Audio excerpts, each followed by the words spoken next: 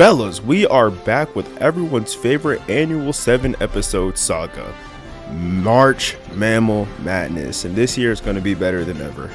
Today we're watching episode 0. This is just an edited version of the stream I did on March 1st, and so it's just something you can enjoy, sit back, and if you want to watch the entire unedited stream, it's over at twitch.tv/KingOshi with 2 eyes. And I'll see you in a minute. It's finally March. And with that means we have to make us a long bracket, including like I think 64 different animals. So there's no time to waste. Let's get it. All right. So before we start, we got some rules to go over. But this right here, it's a lot of jargon. It's just explaining how a tournament works. I'm gonna assume you know how a tournament works. And I'm going to assume you know what a pause button is too, so you can really read it here if you want to. But the only things you need to know is that these are the 3 big rules to really follow this year. And here are your 4 random locations I was talking about earlier. And here's the bracket. Now I know you're looking at this bracket and you're like, man, that's pretty blurry, can't really read that. That means we have work to do to cut it down. So let's go. We got the Adax versus the Golden Mole. Alright, let's look at it. So the Adax, obviously, the antlers are going to be a big factor, like in its bracket overall. You can look at the stats now and already know that this is a stomp out. I mean, the Adax is 275. The Golden Mole is not even a pound. And he has a home field advantage. He's good on sand. He's built, he's durable, but he's not fast. So this is more just to gauge where the Adax is at right now, because we know the Golden Mole is not making it fast here. Then we have the spot neck otter versus the Tyra. I'm gonna assume that's how you pronounce it. Okay, so here we have an 8 versus 9 seed, right? So small things for me are going to play a bigger factor on who's gonna win, in my opinion. Like the diet, the behavior, and like where we're at. You feel me? So the spot neck otter is going in with the home field advantage. He is bigger by pretty sizable margin. He's bigger, faster, and he got that dog in him. Like, look at that. That's a dog right there. That's a dog, not like a dog, but like a dog. But I did give it to the otter. We have the maned wolf versus the common muskrat. Look at those legs, ladies and gentlemen.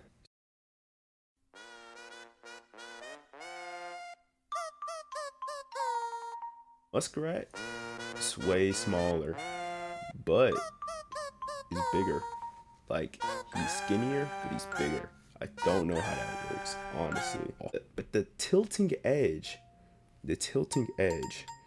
is the wolf. He is not a fighter, like, at all. Muskrat, they're pretty fast, they're docile, so they're willing to fight when they need to fight. And he has, look at those claws, look at the teeth. Oh, you can't really see teeth. It'd be the first upset of the bracket, and I have the muskrat beating the wolf. If muskrat does lose this, it will definitely be more because of the environment it's in not being suitable for it, but I think the muskrat would have a pretty good chance of winning this one. I'm gonna try to say that. I will say Picari though. We got a Picari versus a mountain beaver. Now, if you asked me this before researching, I would have thought I had a clear answer. But after researching, it's a little closer. So the beaver, you know, little dude, you know what a beaver is. But Picari is bigger. He's eating cacti, so he can take some pain.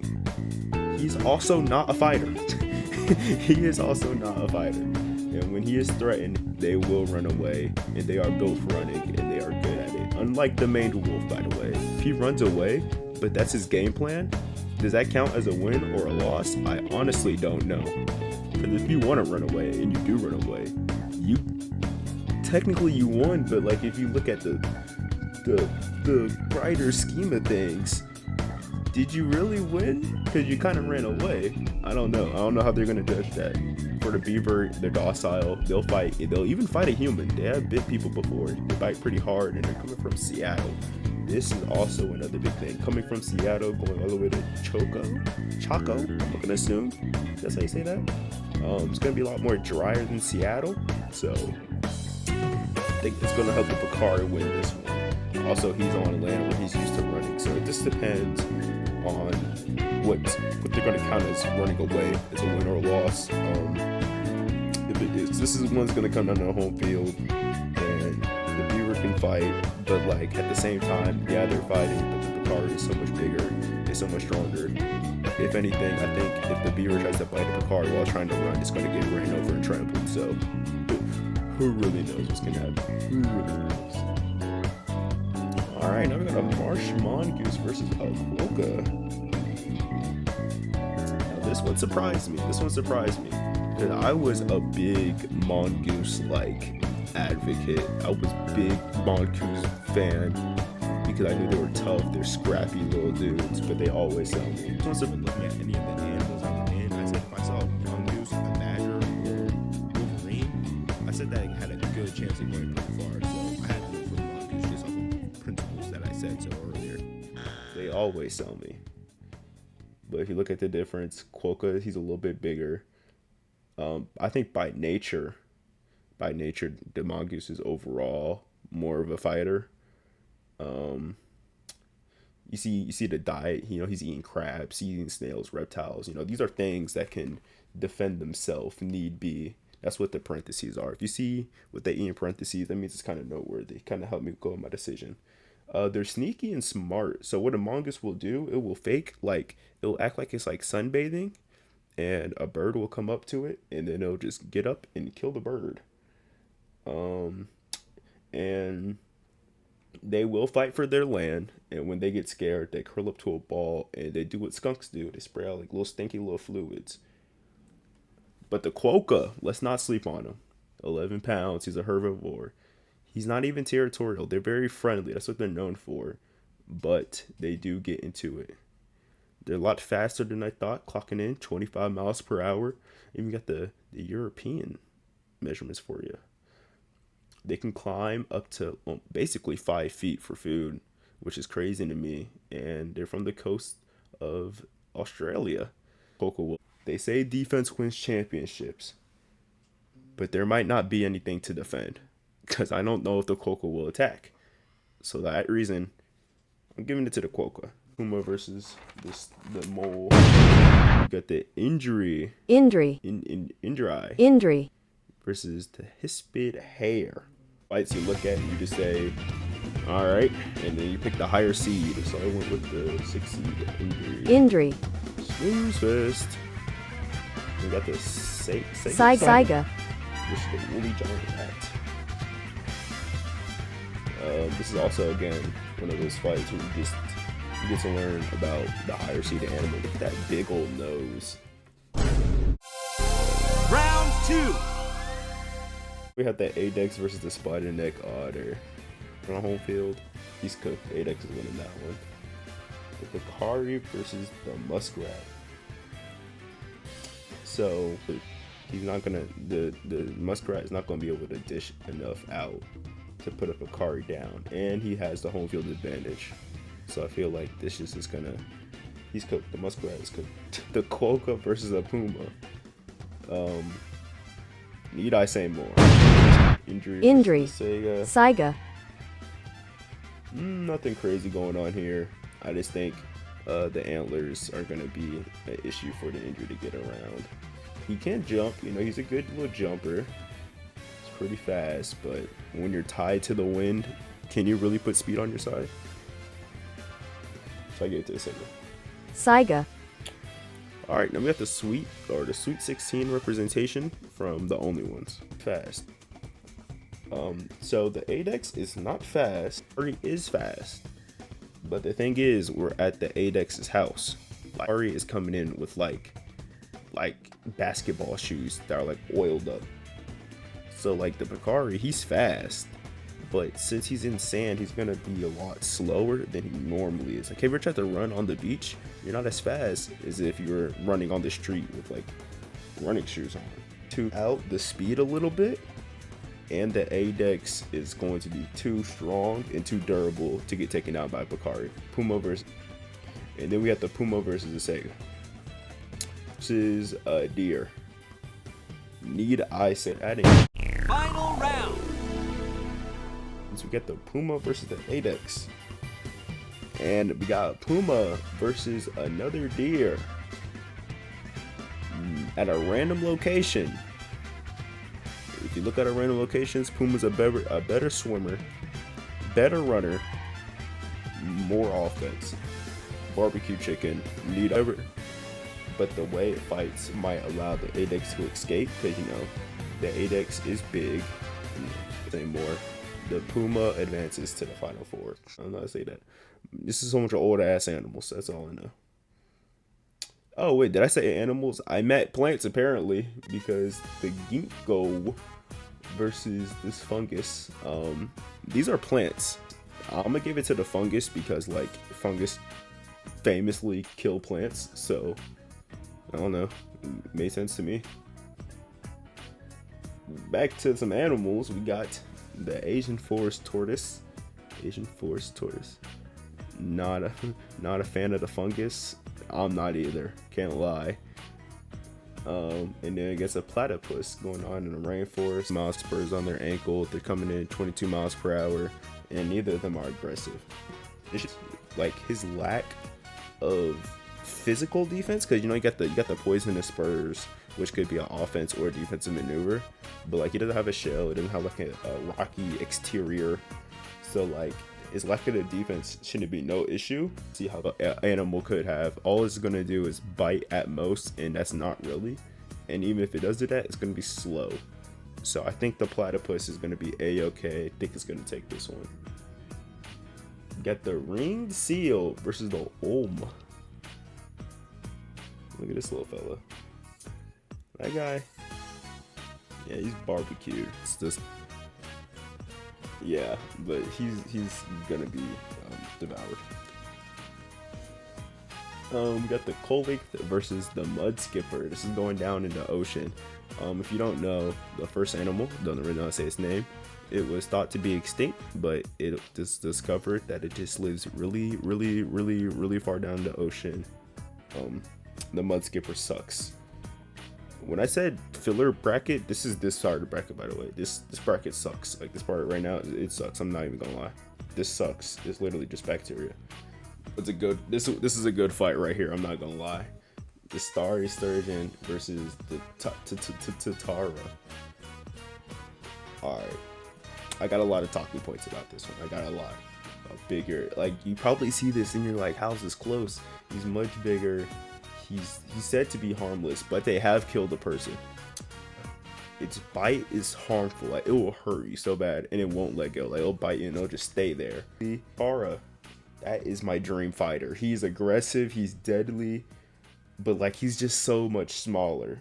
I'll show you. There's not a shot in the world he wins this fight, but I'm rooting for him. I'm not gonna vote him, but I'm rooting for him. If he wins, I'll be so happy. That's the star. It's a smaller one. This is more of a smaller one. You can see she's holding. Oh, yeah. Immediately got to cooking his ass. So, like, he gets him by the gills, by the neck, by the eye. He might be cooked, but the dagger for the Tatar winning is that the Starry Surgeon does have home field advantage, and bro cannot swim. Gonna go shark versus a fern, another plant. Frilled shark, you win. Round 2. That was actually funny. Like, she was actually just cooking him. That's hilarious. Let's see. We got the fungus versus the platypus. I'm not gonna go over this, bro. I gave it to the platypus. So in the fight, we need to go over, because this is why locations of the fight is so important. So 4th seed versus the seal. I'm just gonna call him Ko. So Ko, old as hell. He's literally prey to the seal, right? So The seal has a massive advantage. And you know what else is massive? 7 meters. I want to contextualize that for you. Is a manatee. We got a beluga. No, it's a human. So furthest a human has been. No human has been past this point. Yeah. This is where the fight is. The seal will experience is so immense, and it is so cold. No sunlight. He's gonna die. Seal caps. This is where the ring seal caps. This is where his opponent. This is how far down his opponent can go. Here, right here. Pelican versus the alligator gar. I gave this one to the gar. I feel like he's too big for the pelican. He's too big. Yeah, he can hold 3 gallons of water, but that's a live fish, and I feel like he's gonna kill, bro. So, yeah. Oh yeah. The starry surgeon. Yeah, the dude, bro, was getting cooked. Yeah, she was cooking for a reason, because he's even more cooked. Because now, all the way down here, not done yet. There he is. There's his opponent. The starry surgeon needs to get down here, and that's not happening. So, on to the Sweet 16. Yeah. We're still down there. Pretty sure this in like a swamp. Alligator gets the home field. Now the frill shark can't run. He can't run from this ass whooping. He's getting his ass whooped here. He dies. Final round. No more deep ocean. This is a random location. They're both fish, so they all suffer. They both suffer from the same like, you know, they both have the same issues with locations. They need to be water there. So if they're not in the sea cave, what's gonna happen? I feel like the gar is more situated to survive up in higher waters, because one, he's old as hell. He's basically rocks, and the pressure changes you go through from going to the surface back down to the ocean are crazy. It's crazy. So I think the gar one would just win a fight naturally, but if it did come down to location being an issue, I think it's going to affect the co more than it's the gar. So the gar, he is advancing to the final 4, and we're halfway done, chat. We're halfway done. We're almost there. You're almost there. Don't mess this.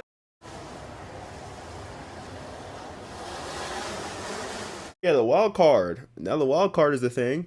So the wild card, the winner of this fight will get the 14th seed and go against the 2nd seed. What if I had like a halftime performance? Only jokes. No makes sense, stay home, nigga laid up with my bitch. Made one call, how my nigga pull up with a stick. Came out too fast, had to cut me a glitch. Can't believe. That'd be cool. Both. Okay, so this is the wild card match. I don't know if the wild card is. I don't know whose biome it's gonna follow, because they're both not seeded, and they're both not. You know, no one's higher than the other one, so I'm not sure if it's gonna be in a random location or not, because they didn't say that. But it's a northern flying squirrel versus a flying frog. And I'm not gonna lie, I forgot who I said was gonna win. Button to see who I said would win. Hey, the flying frog won. Thor, turn your back on Tippy Toe is insane. Tippy Toe's not a flying squirrel. She's not even a flying squirrel. Let's go to the bracket. Back to your regularly scheduled bracketing. Alright, so we got the deer versus the marmot. Okay, so we got Thor's deer. Bro is massive. And you know Bro is huge, very strong, very durable. He ain't going down easy, and this marmot, he's not taking him down anytime soon. We're not there yet. Okay. Alright, got the gelato versus the eastern gray kangaroo. Now, I don't know if you remember this, but the kangaroo the red kangaroo was the first winner of Mammal March Madness on my channel. Eagle beats the anchovy, obviously. And then the kangaroo is our champion. I counted him out, and I think I've learned my lesson. That kangaroo, they don't play. They kick ass, literally. He's actually more muscular than the red kangaroo. So he's more built and defend themselves, and I think the kangaroo is going to do that much better than Gelada would. His head. Paca versus a deer. Okay, so they're very similar, but the greater moose deer is better equipped for an encounter, for like safety and combat, like for both. When they're angry, they pound on the ground at 4 times a second. So I feel like if they do that, just on its head, just on the paca's head, it could win. I say it was 7. All right, so we got the Cody versus the fig eating bat. Interesting fact about a Cody, I had a project in middle school. I want to say it was 7th grade, 7th or 8th grade. I can't remember, but it was for our teacher. You need a project to do a project about an animal that's like not commonly talked about, just to research it. And I did the Cody, so I already know a little bit of stuff about the Cody. And yeah, I mean, that has nothing to do with what's about to be said, but I'm just saying I knew what the Cody was before researching him a little bit, you know. Let's go to work. For this big. Like, I did not know a bandicoot was this small. Like, this whole, like, bandicoots are tiny. Dude is tiny. But what he is carrying is a L, because the aardvark is winning. Spider is probably my least favorite animal to look at. I'm not gonna lie. He glides. It doesn't matter. The sun bear wins. Alright, I got the greater glider versus the paradise flying snake. So the glider, he's kind of slow. Not amazing at walking, but when he glides, very coordinated. Snake can get a jump on him, he'd win. But the size matchup might leave him stuck. The size matchup is pretty good. Like, I know this looks small, 56 ounces. This dude, I couldn't find a consistent weight, so I didn't list it, but all of them were pretty small. I know they're all he's really skinny, really light. Also, it's gonna be hard to ambush somebody when you're the away team, so that's gonna be an issue. And that's you skim over in them fights where it's just you just look at it and you skim over it, man. 3 seeds gonna beat that. 2. All right, this could be the match of the night. I'm not gonna lie. This is interesting. So, I already talked about these guys. One's really strong, the other one's really strong and really durable. But that one that's really strong, he's really strong. So, again, like what? Like what? 2 out of Marvel Rivals recently. So imagine if Iron Fist was trying to take down a tank. Like, he's just gonna be punching a million miles per hour, and Thor is just gonna be like taking all these punches, right? But I don't think this isn't Marvel Rivals though. There's no health bar. This is real life. Kangaroo, he punches. Oh, I think it's all about who gets the most effective hit in first.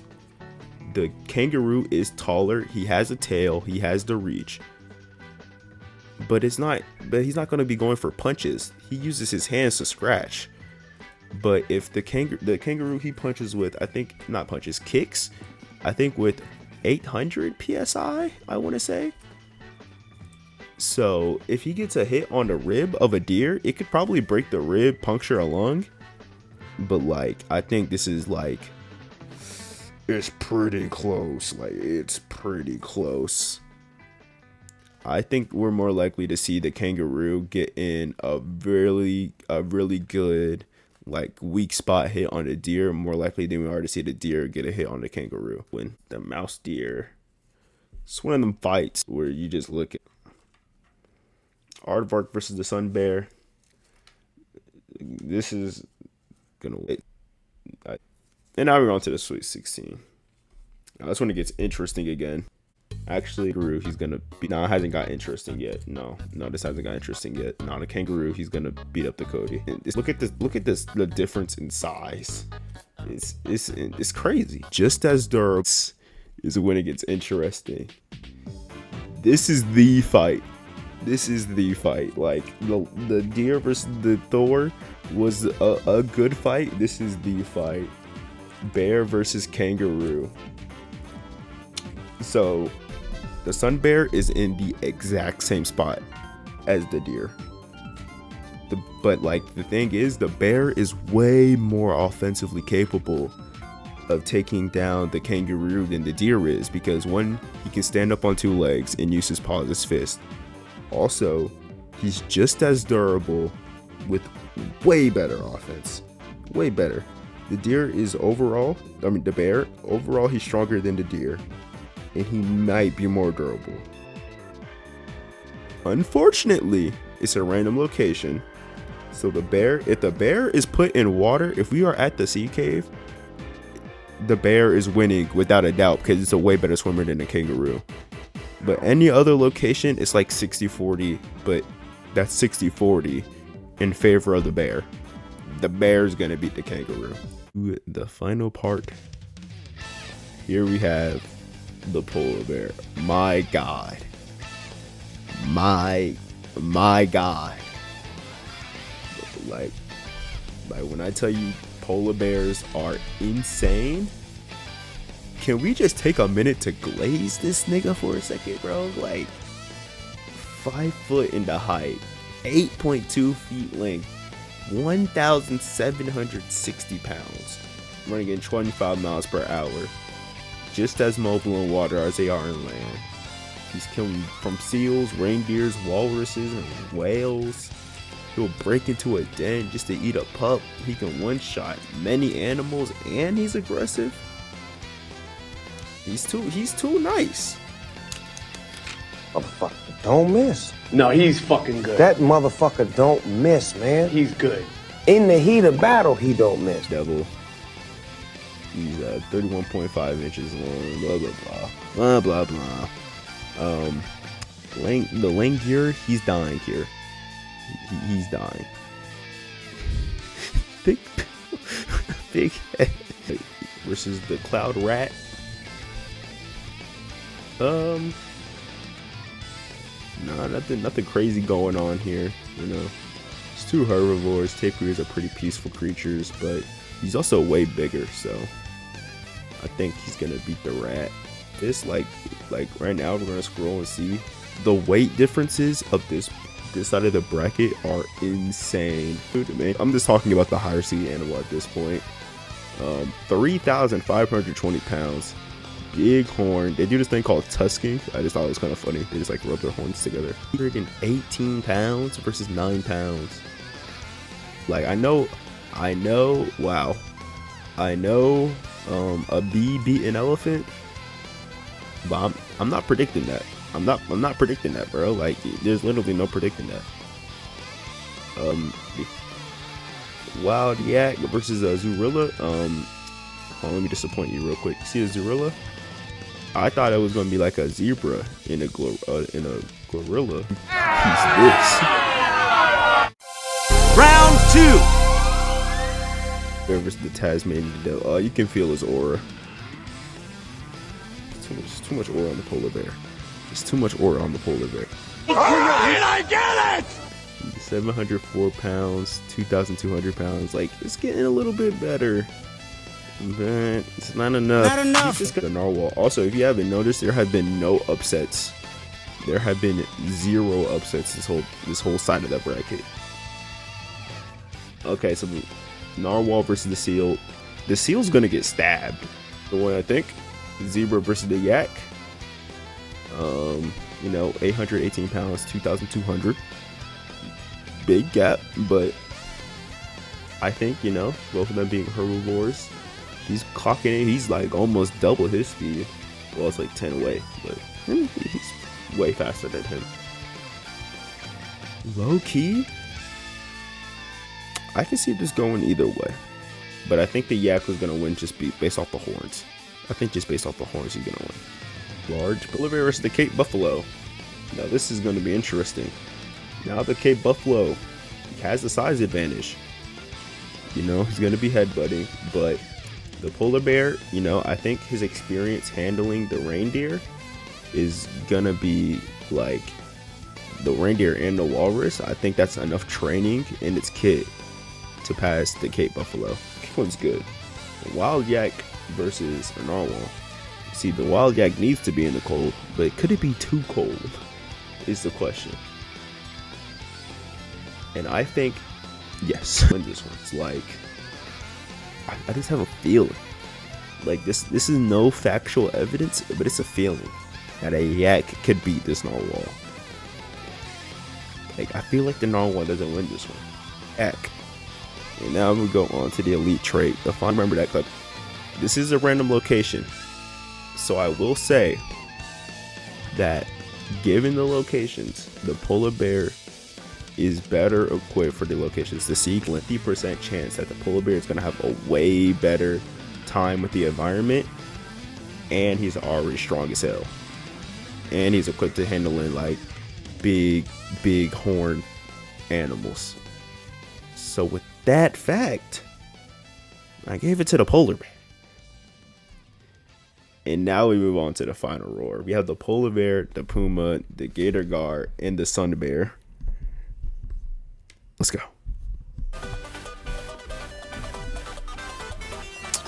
So the sun bear versus the puma. It's going to be all at a random location. The sun bear, you know, he's not the biggest bear. He's very fierce when he's surprised, and he's smart.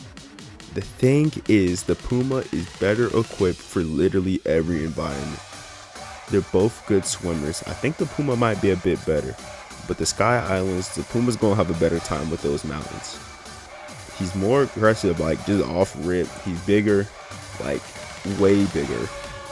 Like you can probably gonna body slam him in the middle of this fight, and he's faster, and he's leaner.